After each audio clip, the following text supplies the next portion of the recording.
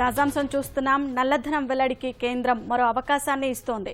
రేపటి నుంచి ప్రధానమంత్రి గరీబ్ కళ్యాణ్ యోజన అమల్లోకి రాబోతున్నట్లు రెవెన్యూ శాఖ కార్యదర్శి ప్రకటించారు. 2017 మార్చి 31 వరకు ఈ పథకం అమల్లో ఉంటుందని, ఈ నెల 31 లోపు ముందస్తు ఆదాయం ప్రకటించిన వారు ఈ పథకం కిందకు వస్తారని ప్రకటించారు.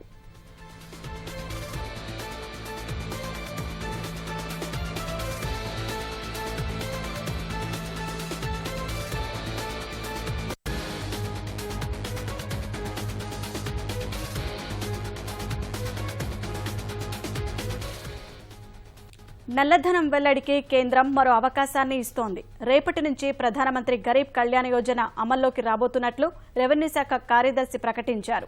2017 మార్చి 31 వరకు ఈ పథకం అమల్లో ఉంటుందని, ఈ నెల 31 లోపు ముందస్తు ఆదాయం ప్రకటించిన వారు ఈ పథకం కిందకు వస్తారని ప్రకటించారు.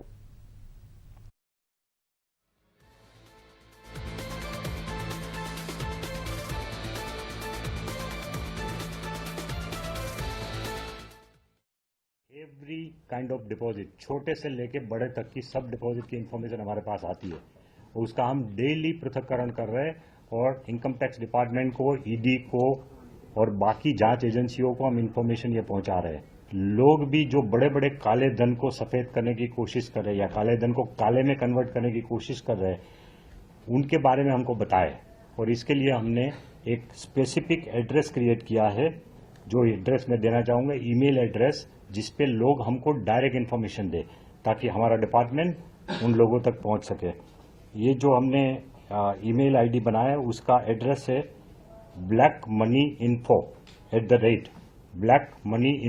INFO।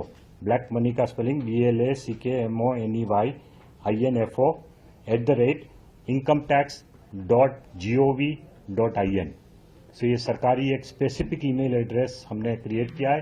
एक सेल होगा, जो सेल में ये इन्फॉर्मेशन आएगी और वहां बैठा हुआ अधिकारी इसके ऊपर तुरंत जानकारी फील्ड में देके कुछ कार्रवाई कर सकते हैं। నల్లధనం వెల్లడికి కేంద్రం మరో అవకాశాన్ని ఇస్తోంది. రేపటి నుంచి ప్రధానమంత్రి గరీబ్ కళ్యాణ్ యోజన అమల్లోకి రాబోతున్నట్లు రెవెన్యూ శాఖ కార్యదర్శి ప్రకటించారు. 2017 మార్చి 31 వరకు ఈ పథకం అమల్లో ఉంటుందని, ఈ నెల 31 లోపు ముందస్తు ఆదాయం ప్రకటించిన వారు ఈ పథకం కిందకు వస్తారని ప్రకటించారు.